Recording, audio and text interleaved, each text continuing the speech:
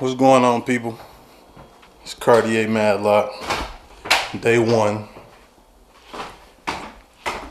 of changing my life.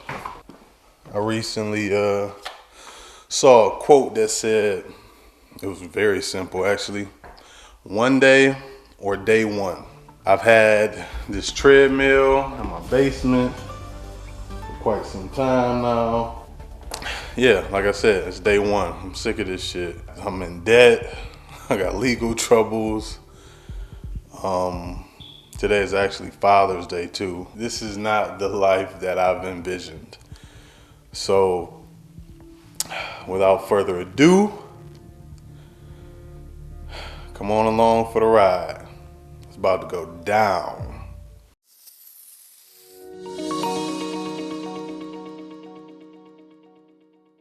Let's talk about health stats. Once upon a time, you would walk into the doctor. What would they say? What would they write on a clipboard? They likely be saying I had high blood pressure, high cholesterol. I was 390 pounds. I was definitely obese. There was a point, maybe about a year to a year and a half before I made the decision to go vegan, where I was diagnosed with atrial fibrillation. And I remember going to the doctor, or to the cardiologist actually, and he said, if you can't lose the weight within a month or so, then we may have to undergo like alternative measures, which I believe he was alluding to, some kind of surgery, things of that nature. So it was just a lot at once. These were things that, of course, I knew personally, but to hear them from a specialist, it made it all that more real. And I can't say I honestly got it together right away. It was a process, but I knew what I had to do, and eventually, I got the ball rolling. What do people not realize about how it feels to be in those conversations? Oh man, they don't understand that for me at least, it's a disease. It's an addiction. It is. A lot of times you do not have control.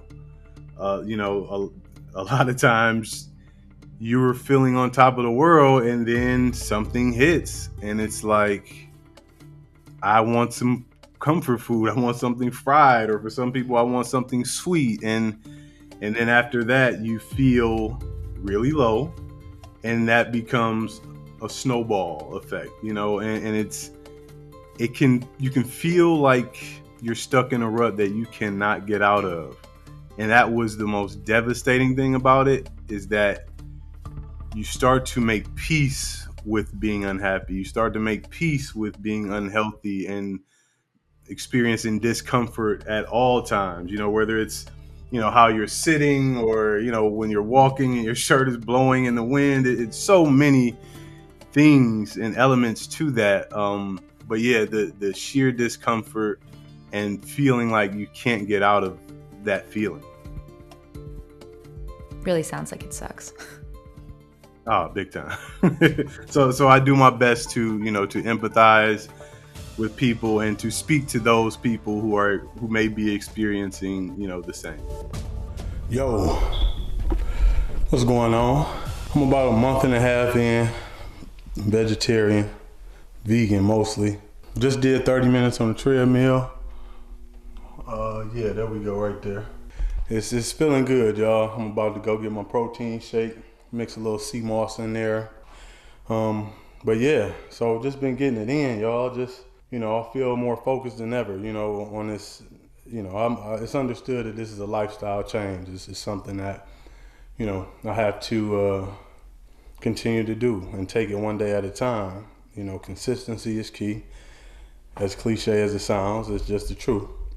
It hasn't been easy, but right now, like I said, I'm very focused. I had a kind of, some situations I've been dealing with, some legal situations that actually threaten my freedom. So in about 3 days here, I'll find out my fate as far as that goes. But, again, I've been working on my mental and physical health, and I still feel better than ever, even considering that. What was happening in your life at the time that led to you feeling this way? Yes. So I was, I, and I'm hesitant. Like I have my story is deep, and I'm always wondering like, should I tell everything? Go deep. You can Right, go right. deep. Deep is good, especially for you, right? Look, being real with you, I know. your story is baseline level inspiring, and all you got to do is bring you to the table.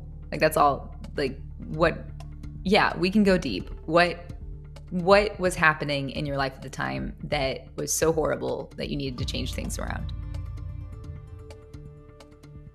Yeah. So I was and I've said this in my interviews and stories that I've done. I was facing legal troubles and these things and it was from something that had happened years previous to 2 years ago. So it kind of came back to haunt me. And it was I was petty crime like what I was doing. I was always had like a side hustle. So I was selling cars, and I was putting my license wasn't in good standing at the time, so I was putting cars in someone else's name and selling them in hopes that people would transfer the title over before they knew, and that didn't work out like that. So that's the story. So when that came back to haunt me, it was terrifying because that's not me. Like I was just trying to make an extra buck. So I was a new father. I was recently married at the time. So I had all of the pressures, right? The pressures of life. So I was just trying to provide. And I got a call randomly, from a detective, and I had to turn myself in. So imagine, I'm working for the city of Detroit at the time, and I literally got the call at work. So things were spiraling, every which way. And so throughout that process, I knew nothing about the legal system. This is all new to me, right? So every time that I have to go to court or I have to go see a judge, I mean, they were trial, pre-trial, hearing, all these things. But in my mind, I'm like, I could go to jail today. I could go to jail today. I didn't know how it worked. I would have if I in hindsight is 2020, but I had time to figure things out. But there would be times I was so stressed out, like, and on top of that, I'm drinking alcohol, I'm smoking, I'm eating horribly. I mean, eating for sport. And again, like I coined it, I guess, a coward suicide. Like I didn't really want to be here. If I'm really being honest, it was just like I needed an escape. So my reality was a little bit too real for me at the time. So I remember times, just driving home or picking up my daughter from daycare, and I'd be crying in the front seat. It was just I didn't know, a lot. I just cherished every moment at that point because I was facing 5 years, and it was like I don't know if if I could come back and she could be 10 years old. So it was just a lot. um, and that's where I had the epiphany where I said, my thing was if I go to jail, I'll get in shape because I won't have anything else to do, right? So, and then I said, well, you might not though, and wouldn't you want to be in shape, out in the world, as they say? So, and after that, that's when I decided to kind of change things. That's when I decided like let's just be faithful. Let's take that step out on the staircase that we can't see. And that's what it became, and it evolved to where we are today. Almost 500,000 followers on TikTok. And but that's my testimony. I was one of the few who was rehabilitated at the possibility of rehabilitation. You know what I mean? So it was just completely out of my character. So threatening me with something with jail time was scary enough, and that corrected my steps. So What sparked going plant based, and was it one of many things that you tried? well, it was one of many things, but I that was actually, by mistake. I just wanted to detox. So again, I did the smoothie fast for a week, and I've just felt too good to eat meat or to eat anything too solid. So I broke it with fruits and vegetables, and I felt great after that. I weighed myself; I was down about 21 pounds, and I'm like, I let's see how long I can keep this going. And I literally said to myself, and I tell this story all the time. I looked up and I said, like, oh shit, I was by myself. I'm vegan. I didn't know any vegans. I barely know many now. That's not how I was raised. Um, and I'm a guy, I like a challenge. I'm very competitive, so it became a challenge to myself to see just how long I could stay vegan. And here we are, about 2 years, almost 9 months into the game. What is everything that you did? I've seen epic clips of you at the gym.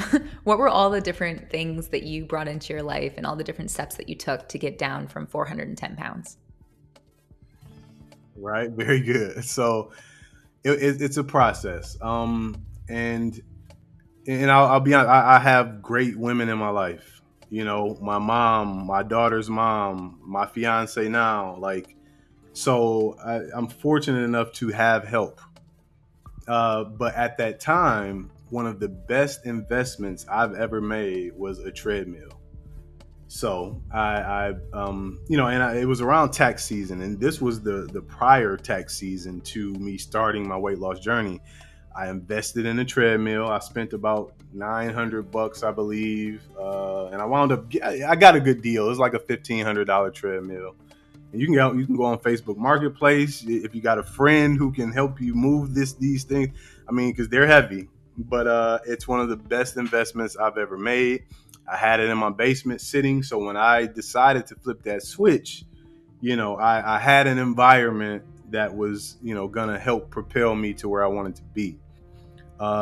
So when I made that decision, I started waking up about an hour earlier, and I started walking for 30 minutes every day. Now, on those walks, um, I was going through a lot of trials in life, so I was looking for some kind of outlet. So I wasn't really a spiritual guy, but I was listening to Bishop T.D. Jakes every morning. And it was just, again, serendipitous, because when you're on your path, things start to be revealed to you. So I'm walking for 30 minutes, and I found out that he has sermons on YouTube that are 28 minutes long. Perfect. So every morning I would watch these sermons. And so now I'm getting feeding myself spiritually and physically. So now I'm killing two birds with one stone. Try to be as efficient as possible. Then when I would get to work, I make my black coffee because I'm intermittent fasting. And then, like I say, I started to walk for 30 minutes on my 1 hour lunch break.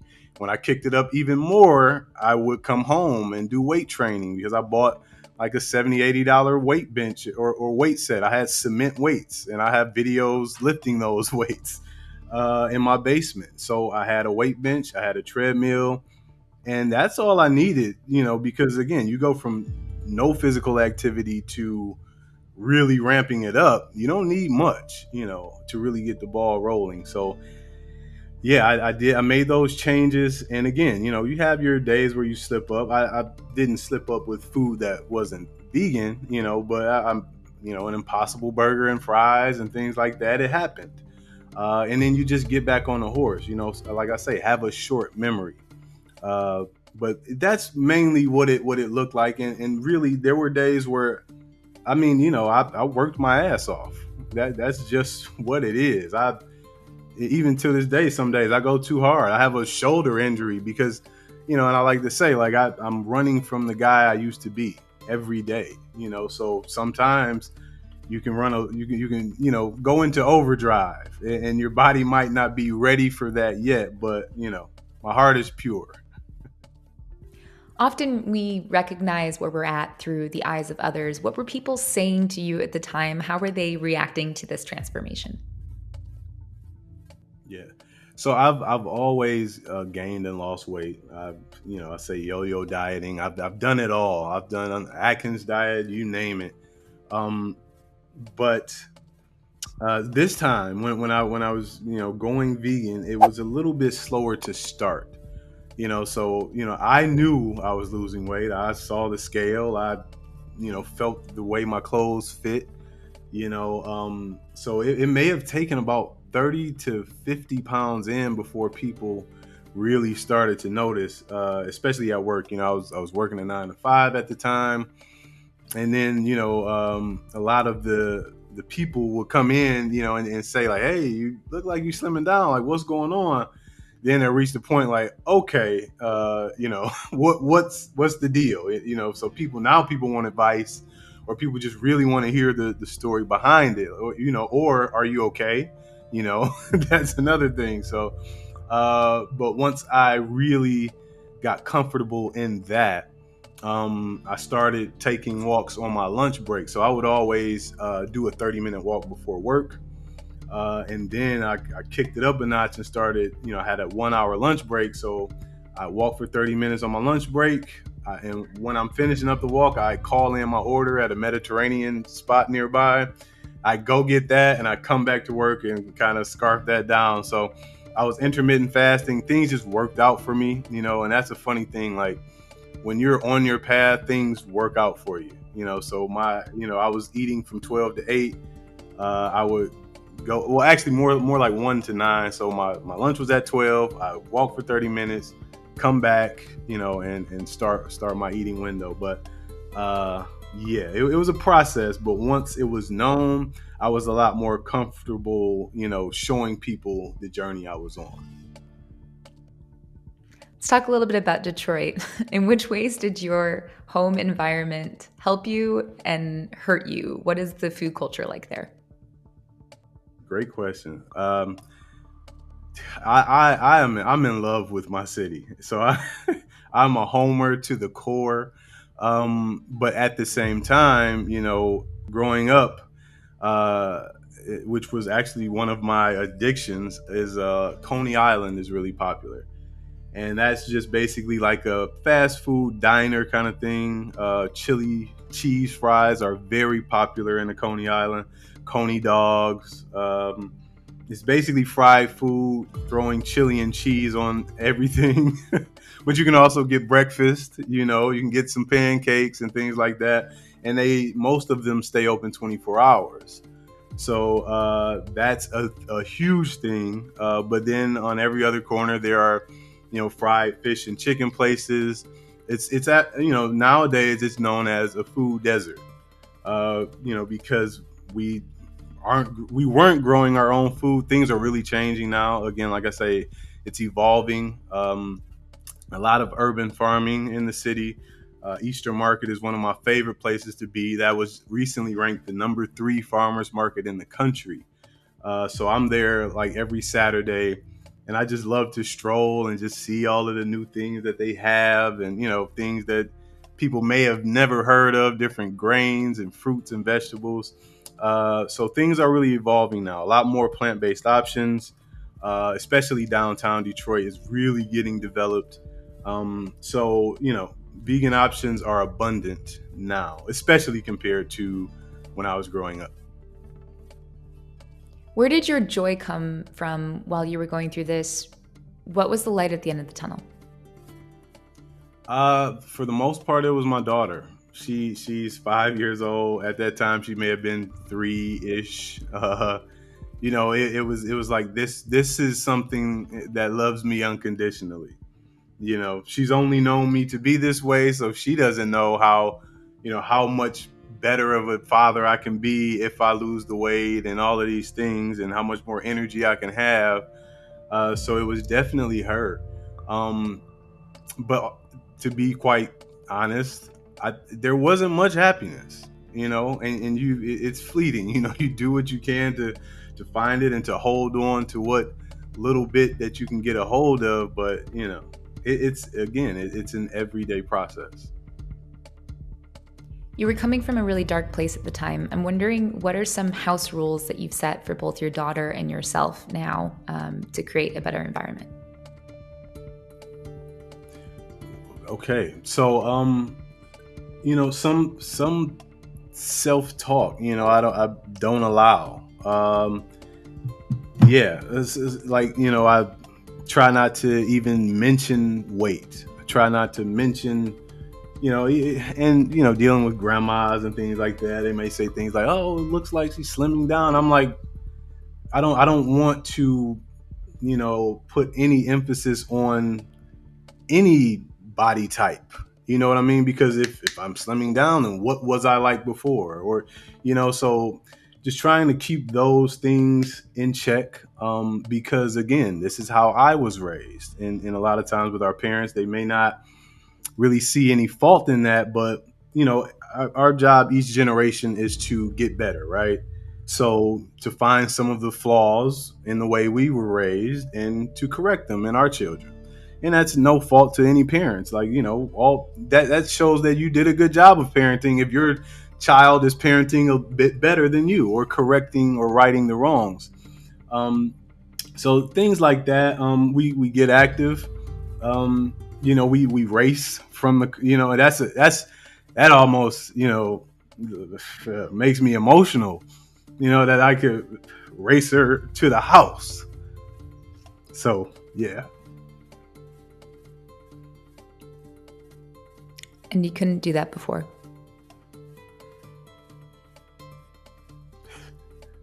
No way.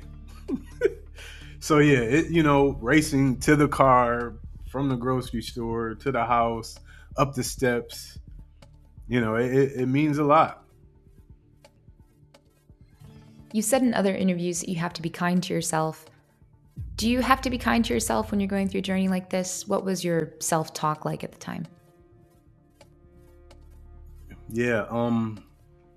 It's funny because I just believed that at that point in life I needed tough love, and I now I say be kind to yourself, because especially when you've seen progress on the journey, right?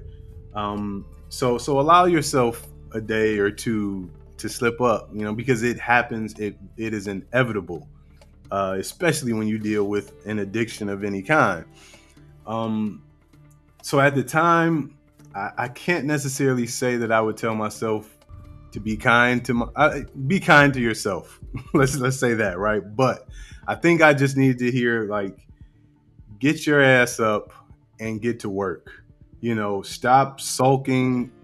Life is gonna happen whether you sit here or not. So you may as well make some progress. And that's the message I needed. I listened to a lot of David Goggins, and I'm not sure if you're familiar with David Goggins, but I needed that. I'm the only child of a single mother. So I didn't get that swift kick that I felt like I needed growing up. So I've always been my self motivator. Even when I was playing football. So I needed tough love, and I gave myself a good dosage of that.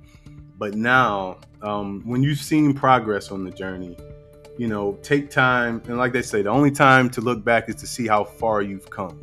So take that time, but get back to work. Good advice. Cartiear, can you describe the typical vegan influencer? Oh, yeah. Well, I mean, so okay, let's say that's why I felt like I had a voice in this space, because I knew I wasn't typical. I knew I wouldn't be typical. And I just felt, I felt like I could contribute a breath of fresh air to this space. So the typical vegan influencer is usually, and this is a big thing for me. A lot of people interested in the vegan lifestyle, a lot of people who a vegan lifestyle can really benefit, are people who struggle with weight loss. People are looking for a healthier way to live. So, with that being said, the typical vegan influencer is someone who's been skinny their whole life. And it's fine, because again, the typical vegan influencer is vegan for ethical reasons, and that's totally fine. I'm on board with that. But I am vegan for health, and I think I speak to a broader audience.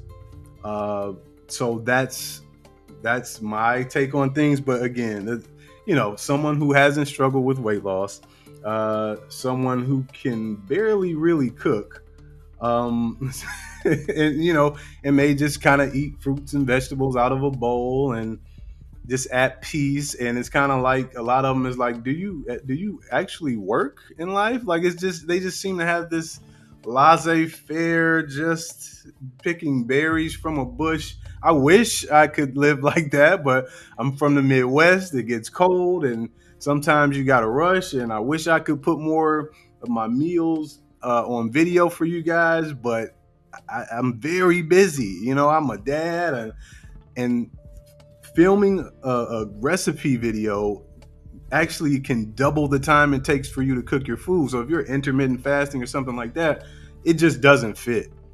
So what I'm giving you guys is what I can give you. But at this, so yes, I just felt like I would be a breath of fresh air in this space. How do you answer the question, why are you vegan? Yeah, great. I honestly, I avoid those a lot because it's, if you're asking, sometimes in my opinion, if you're asking, why am I vegan? It sounds like you're ready to debate, just that approach. And I've learned that we can go back and forth for days. But my short answer for that is I've tried almost any and every lifestyle or diet change, and this is the one that's proven to be most beneficial for me. Again, being someone who struggles with food addiction, it has almost eliminated the taste for unhealthy food, and that was huge for me. To now I'm eating these whole foods and I'm satiated. I don't really have those cravings for, the chili cheese fries or, the onion rings and the burgers and things like that. So that was huge. And once that was, I say suppressed, I was able to just kind of move forward freely. So yeah, I'm vegan because it's worked best for me.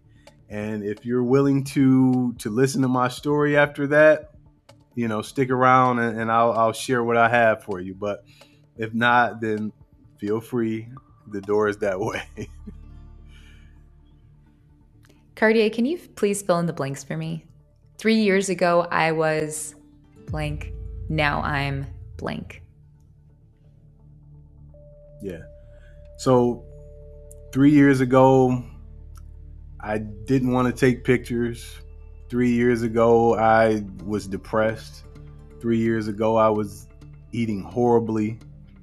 3 years ago, nothing. I didn't have much inspiration to do anything.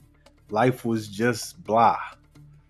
Today, my plate is full. Today, there's always something that I could be doing. Today, if I have a moment where I'm resting on the couch, I feel like I'm slacking because opportunities are abundant. Today, I have a following of nearly 500,000 people plus. Today, I am the owner of 2 businesses that pay my bills, that support my family to an extent. Today, I am responsible for my actions, and I'm happier than I've ever been. Prior to me getting control of my health recently, I was the most depressed I've ever been. Excuse my speech, I got these braces in. So I knew I had to make a change, and I knew that, the change that I made would have to be continuous regardless of my circumstances. So I just appreciate y'all kind of checking me out. Who's ever watching, you can do it too. Unfortunately, this is what it took to kind of get me on the straight and narrow, but it's a gift and a curse in a lot of ways, or a blessing in disguise, I would say. So yeah, it is what it is, and I'm on a journey, guys. So see y'all at the top.